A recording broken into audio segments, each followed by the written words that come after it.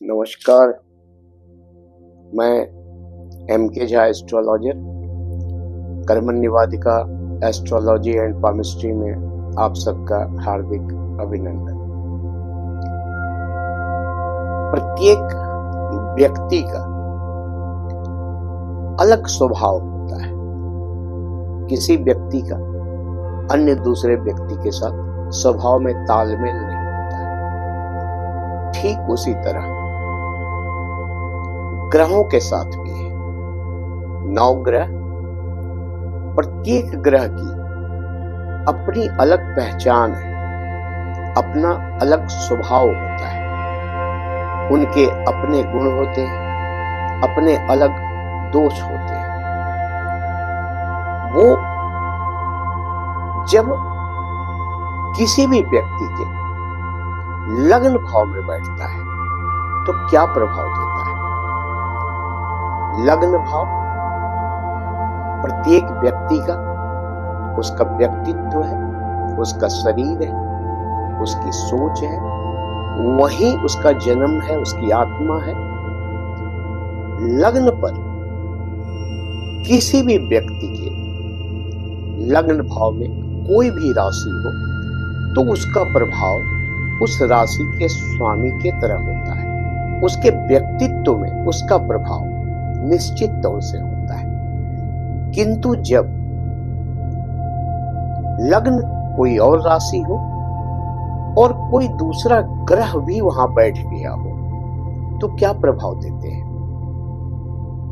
राशि कोई भी हो लग्न में, उसकी अपनी मूल जो स्वभाव है उस स्वभाव को कुछ न कुछ परिवर्तित कर देते हैं कोई अन्य ग्रह जब वहां बैठते हैं तो, क्योंकि वो अपनी प्रभाव भी उनके व्यक्तित्व पर डालते हैं।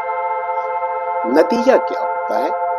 उस व्यक्ति के अंदर मूल स्वभाव कहीं न कहीं दब जाता है और जो ग्रह वहां उपस्थित रहते हैं उसके स्वभाव का भी असर प्रभाव उनके जीवन पर पड़ना शुरू हो जाता है।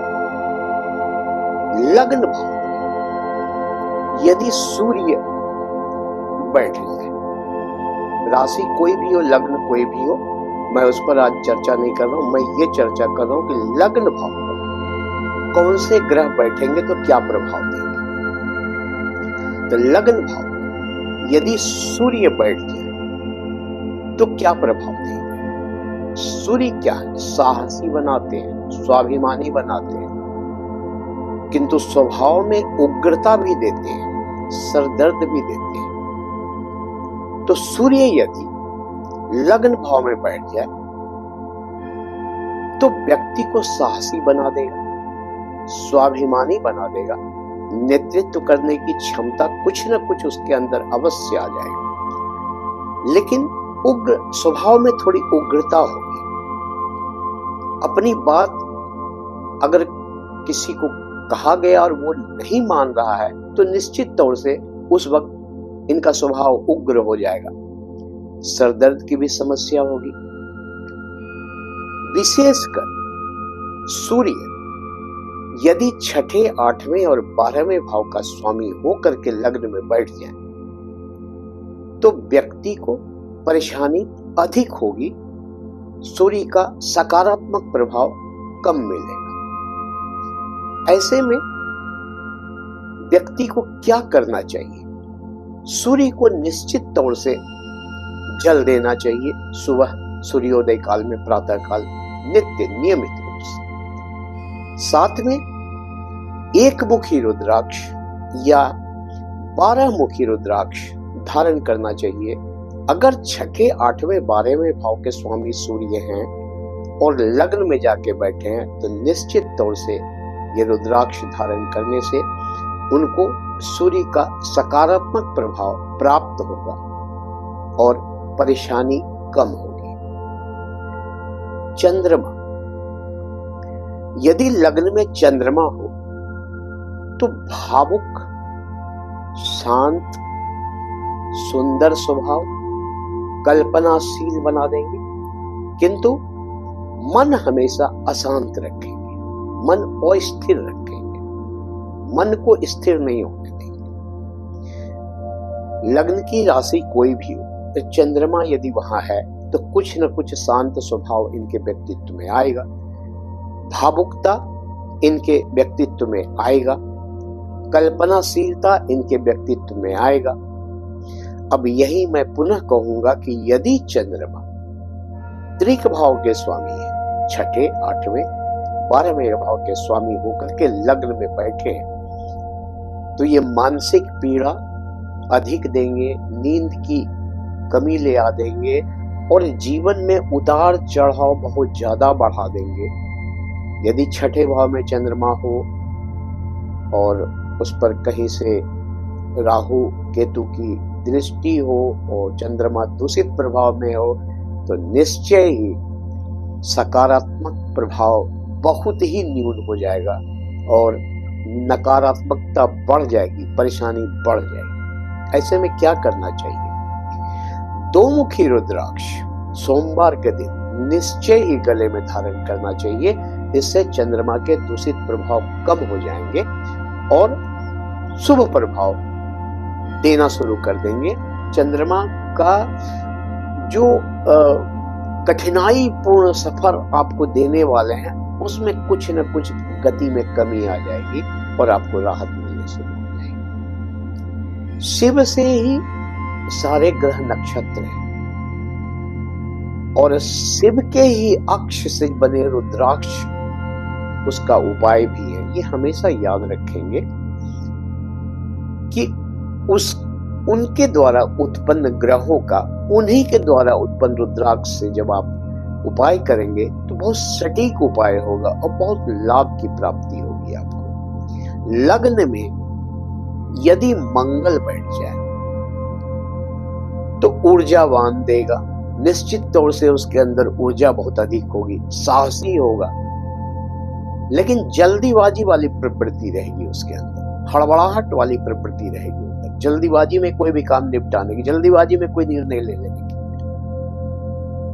और थोड़े से आक्रामक स्वभाव के भी हो जाते हैं। लड़ाई झगड़े करने के लिए हमेशा तैयार रहते, पीछे नहीं हटते। यदि मंगल छठे, सातवें, आठवें घर का मालिक है, स्वामी है, तो निश्चय जान लीजिए कि आपके जीवन में एक तो चौथे घर का भी मैं कहूंगा, और लग्न में यदि वो स्थिर जाकर के स्थित हुए हैं तो इसका मतलब है कि मांगलिक दोष के प्रभाव में भी वृद्धि कर देंगे और कर्जे लेने पर आपको मजबूर कर देंगे, और आप यदि किसी को कर्जे दे रहे हैं तो वो पैसे वापस नहीं मिलने देंगे। दाम्पत्य जीवन में मधुरता नहीं रहने देंगे और चोट चपेट एक्सीडेंट की संभावना बढ़ा देंगे अगर लग्न में वो बैठे हैं तो, क्योंकि स्वभाव ही आपका उग्र कर देगा, जल्दीबाजी प्रवृत्ति कर देगा, तो परेशानी में आपको डाल देंगे। क्या करना चाहिए? यदि लग्न में मंगल है और वो शुभ भाव के स्वामी नहीं है, त्रिक भाव के स्वामी हैं, तो आप उनके लिए 3 मुखी रुद्राक्ष या 11 मुखी रुद्राक्ष सोमवार के दिन गले में धारण कीजिए। आप देखेंगे कि मंगल के दुष्प्रभाव से आपकी रक्षा हो जाएगी और मंगल अपनी सकारात्मक प्रभाव आपको देना प्रारंभ कर देंगे। रुद्राक्ष में खासियत है कि नकारात्मकता को दूर करते हैं और सकारात्मक प्रभाव आपको देने का प्रयास करते हैं। अब लग्न में यदि बुध बैठ जाए तो व्यक्तित्व में बुद्धिमान, व्यक्तित्व को बुद्धिमान बना देंगे, उस व्यक्ति को बुद्धिमान बना देंगे, व्यक्तित्व में बुद्धिमानी ले आ देंगे, तार्किक क्षमता बढ़ा देंगे, सदाचारी, लेकिन थोड़े से मजाकिया स्वभाव के वो बना देंगे, बातूनी स्वभाव के बना देंगे। आकर्षक व्यक्तित्व तो होंगे, हंसी मजाक करने वाले होंगे। यहीं पे बुध यदि छठे भाव के स्वामी हो गए, 8वें भाव के स्वामी हो गए, 12वें भाव के स्वामी हो गए, त्रिक भाव के स्वामी हो गए, या किसी अशुभ ग्रह के साथ युति में हो गए, तो निश्चित तौर से बुध चर्म रोग देने का काम करेंगे। बुध हमें वाणी की स्पष्टता नहीं दे पाएंगे, हमारी सही निर्णय क्षमता कमजोर हो जाएगी, क्या करना चाहिए? 4 मुखी रुद्राक्ष सोमवार के दिन काले धागे में डालकर आप गले में धारण करेंगे तो बुध की ये नकारात्मक प्रभाव आपको क्षति नहीं पहुंचा सकेगी। और बुध का अगर अंश बल में भी कमजोर है, दूषित प्रभाव में भी है, तो 4 मुखी रुद्राक्ष उनके अंश बल में भी बल देगा और अशुभ प्रभाव को भी खत्म करने का प्रयास करेगा और आपको शुभ फलों की प्राप्ति होगी। लग्न में यदि देवगुरु बृहस्पति बैठे हो तो ज्ञानी प्रवृत्ति के वो व्यक्ति हो जाते हैं, तार्किक हो जाते हैं, धार्मिक हो जाते हैं, सदाचारी हो जाते हैं, थोड़े गंभीर स्वभाव के हो जाते हैं, भाग्यशाली होते हैं, दूसरों को तुरंत सलाह देने का प्रयास करते हैं कि ऐसा कर लो ठीक हो जाएगा, अच्छे सलाहकार होते हैं। लेकिन बृहस्पति यदि दूषित प्रभाव में हो, बृहस्पति अपने नीच राशि में अस्त हो, 6ठे 8वें 12वें घर का स्वामी होकर के लग्न में बैठे हो तो पेट संबंधी समस्या आपको देंगे, लीवर संबंधी समस्या आपको देंगे। आपको गृहस्थ जीवन से थोड़ा सा आध्यात्मिक की ओर जाना चाहिए, ले भी वो जाएंगे। अगर अष्टम भाव में है तो ले भी वो जाएंगे और जाना भी चाहिए ताकि आपको उनके शुभ प्रभाव में बढ़ोतरी देखने को मिले। लग्न में यदि बृहस्पति है किसी भी राशि पर हो, लेकिन यदि अच्छे भाव के स्वामी नहीं है तो बहुत ज्यादा हानि नहीं करते, लेकिन फिर भी जो व्यक्ति को मिलना चाहिए, जितनी ज्ञान की प्राप्ति है उस आधार पर जितना उसको प्राप्त होना चाहिए उसमें कमी हो जाती है। पेट संबंधी समस्या, लीवर संबंधी समस्या निश्चित हो जाएगी उसको। भाग्य में भी थोड़ी कमजोरी आ जाएगी क्योंकि कालपुरुष के कुंडली के आधार पर भाग्य भाव के भी स्वामी है। तो लग्न में बृहस्पति का ये प्रभाव आपको देखने मिलेगा। क्या करना चाहिए? बृहस्पति को से बढ़िया ऊर्जा, बृहस्पति से बढ़िया फल प्राप्त करने के लिए, शुभ फल प्राप्त करने के लिए, अगर विद्यार्थी है जो शिक्षा प्रारंभ कर रहा है, कम उम्र का है, तो उसे 5 मुखी रुद्राक्ष के 3 दाने गले में आप दीजिए। उसके विद्या प्राप्ति में प्रावधान उत्पन्न नहीं होगा, व्यवधान उत्पन्न नहीं होगा। उन्हें एकाग्र चित्त स्थिति प्राप्त होगी, एकाग्र होंगे वो और शिक्षा में सफलता की प्राप्ति होगी उनको। यदि आप पढ़ाई लिखाई से मन उचट गया है, किसी तरीके की परेशानी चल रही है वातावरण में, या बीमार रहते हैं या किसी की नजर लग जा रही है, तो ये सब चीजें जब बच्चों में होती हैं तो आप निश्चित तौर, या बड़ों में भी, तो आप निश्चित तौर से 10 मुखी रुद्राक्ष का एक दाना सोमवार के दिन लाल धागे में करके गले में धारण कीजिए। बृहस्पति के जितने अशुभ प्रभाव हैं वो कमजोर पड़ जाएंगे और शुभ प्रभाव की प्राप्ति होनी शुरू हो जाएगी। लग्न में यदि शुक्र बैठे हैं तो व्यक्ति कला प्रेमी होगा, सुंदर होगा, आकर्षक होगा, भौतिक वस्तुओं के प्रति उनकी चाहत अधिक होगी, झुकाव अधिक होगा। यदि शुक्र के साथ कोई अशुभ ग्रह जैसे राहु है, केतु है या मंगल बैठ जाए तो शुक्र का जो ये मूल स्वभाव उसके व्यक्तित्व में लग्न में रहने से मिलना चाहिए वो बदल जाएगा, बहुत ज्यादा इसके प्रति आकर्षण हो जाएगा। राहु अगर हो गया तो भौतिक सुख के प्रति आकर्षण, बहुत ज्यादा आकर्षण हो जाएगा, सिर्फ भोग विलास की तरफ झुकाव अधिक हो जाएगा। अगर मंगल साथ में हो गया तो विपरीत लिंग के प्रति उसका आकर्षण ज्यादा बढ़ जाएगा। नतीजा क्या हो, उनके जो जीवन के उचित मार्ग है उस मार्ग से वो हट जाएंगे, विमुख हो जाएंगे और वहां व्यक्तित्व में एक दाग लगने की संभावना उत्पन्न हो जाएगी। लग्न में अगर शुक्र इस अवस्था में बैठे क्या करना चाहिए? शुक्र 6 मुखी रुद्राक्ष या 13 मुखी रुद्राक्ष, कोई एक रुद्राक्ष निश्चित तौर से सोमवार के दिन गले में धारण करना चाहिए। ऐसा करने से शुक्र का जो मूल स्वभाव है लग्न में स्थित होने से वो बरकरार रहेगा। सूर्य यदि किसी दूषित प्रभाव में है तो उसका बुरा प्रभाव, अशुभ प्रभाव आपके व्यक्तित्व में कम आएगा, नहीं के बराबर आएगा और आपको लाभ की प्राप्ति होगी। लग्न में यदि शनि आके बैठ जाए, किसी की भी राशि हो, कुछ भी हो, तो निश्चय जान लीजिए कि जीवन को स्थिर कर देता है।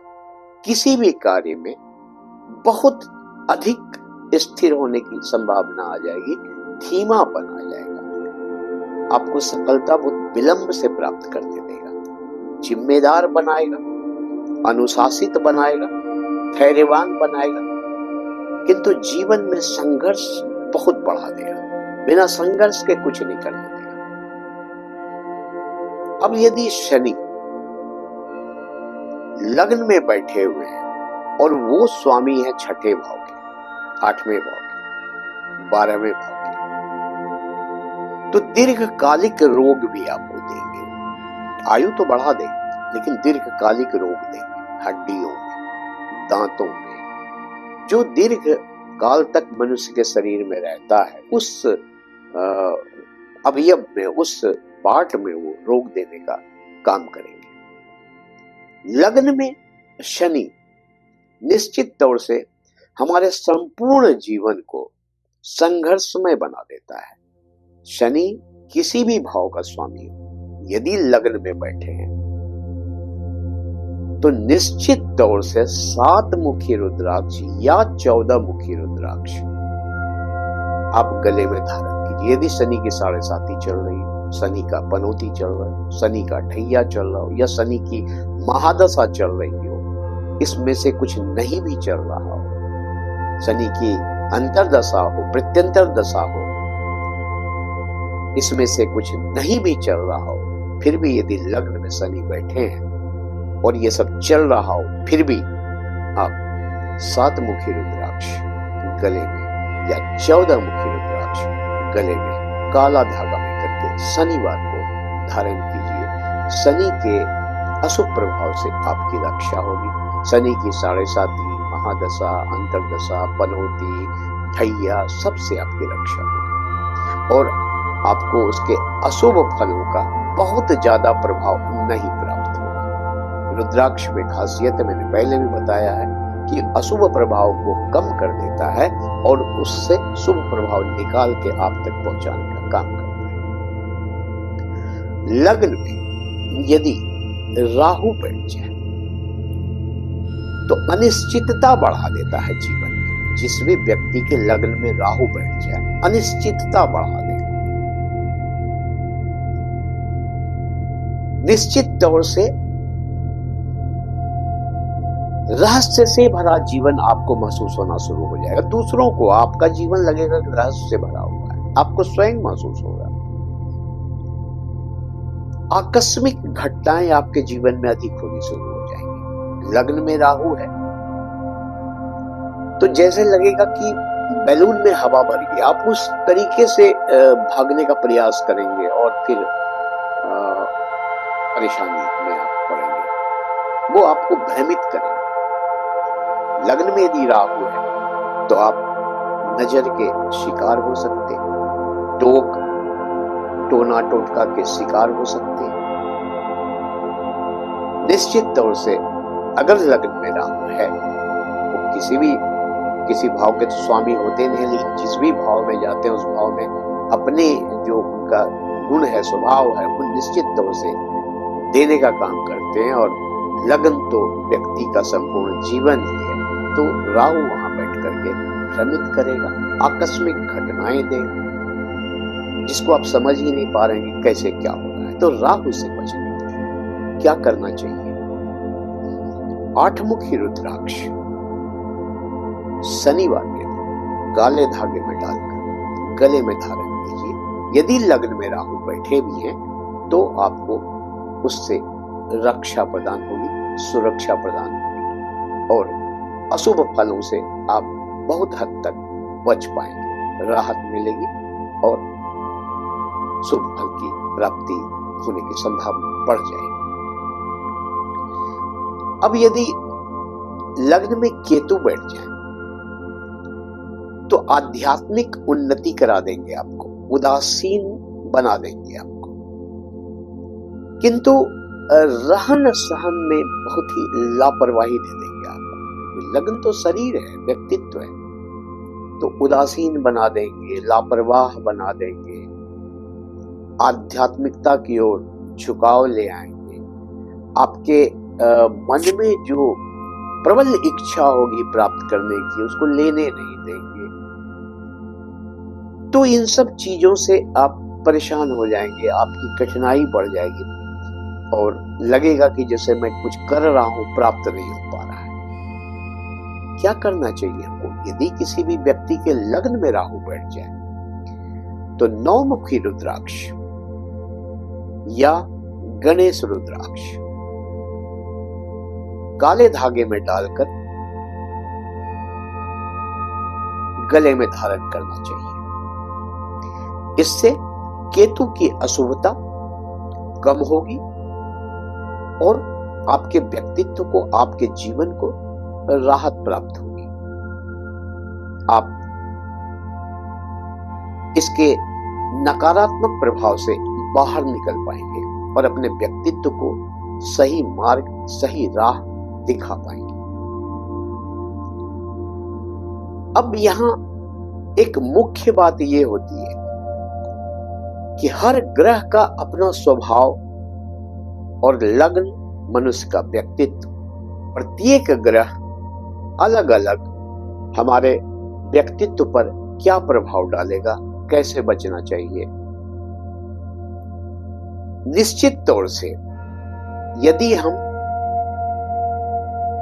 शिव की आराधना करें, एकमात्र शिव की आराधना करें और जो मैंने बताया उस क्रमशः उस रुद्राक्ष को धारण करें, ये देखना आवश्यक होगा कि लग्न किसका है, उसके स्वामी कौन है और उससे जो ग्रह बैठे हैं उसका संबंध कैसा है। उस आधार पर आप अपने व्यक्तिगत जन्म कुंडली के आधार पर आप इसको स्वस्थ रख सकते हैं, सारे ग्रह को अपने अनुकूल प्रभाव लेने में सक्षम हो सकते हैं। आज के लिए बस इतना ही। अगर मेरा ये वीडियो अच्छा लगा हो तो लाइक करें, शेयर करें, सब्सक्राइब करें। वीडियो कैसा लगा अपना कमेंट जरूर दें। अगर कोई सुझाव देना चाहते हैं तो आप वो भी दे सकते हैं। अगले वीडियो में मैं लग्न में 2 ग्रह होने से क्या प्रभाव होगा इस पर आपको बताऊंगा। तब तक के लिए आज्ञा दीजिए, अपना ख्याल रखिए। नमस्कार।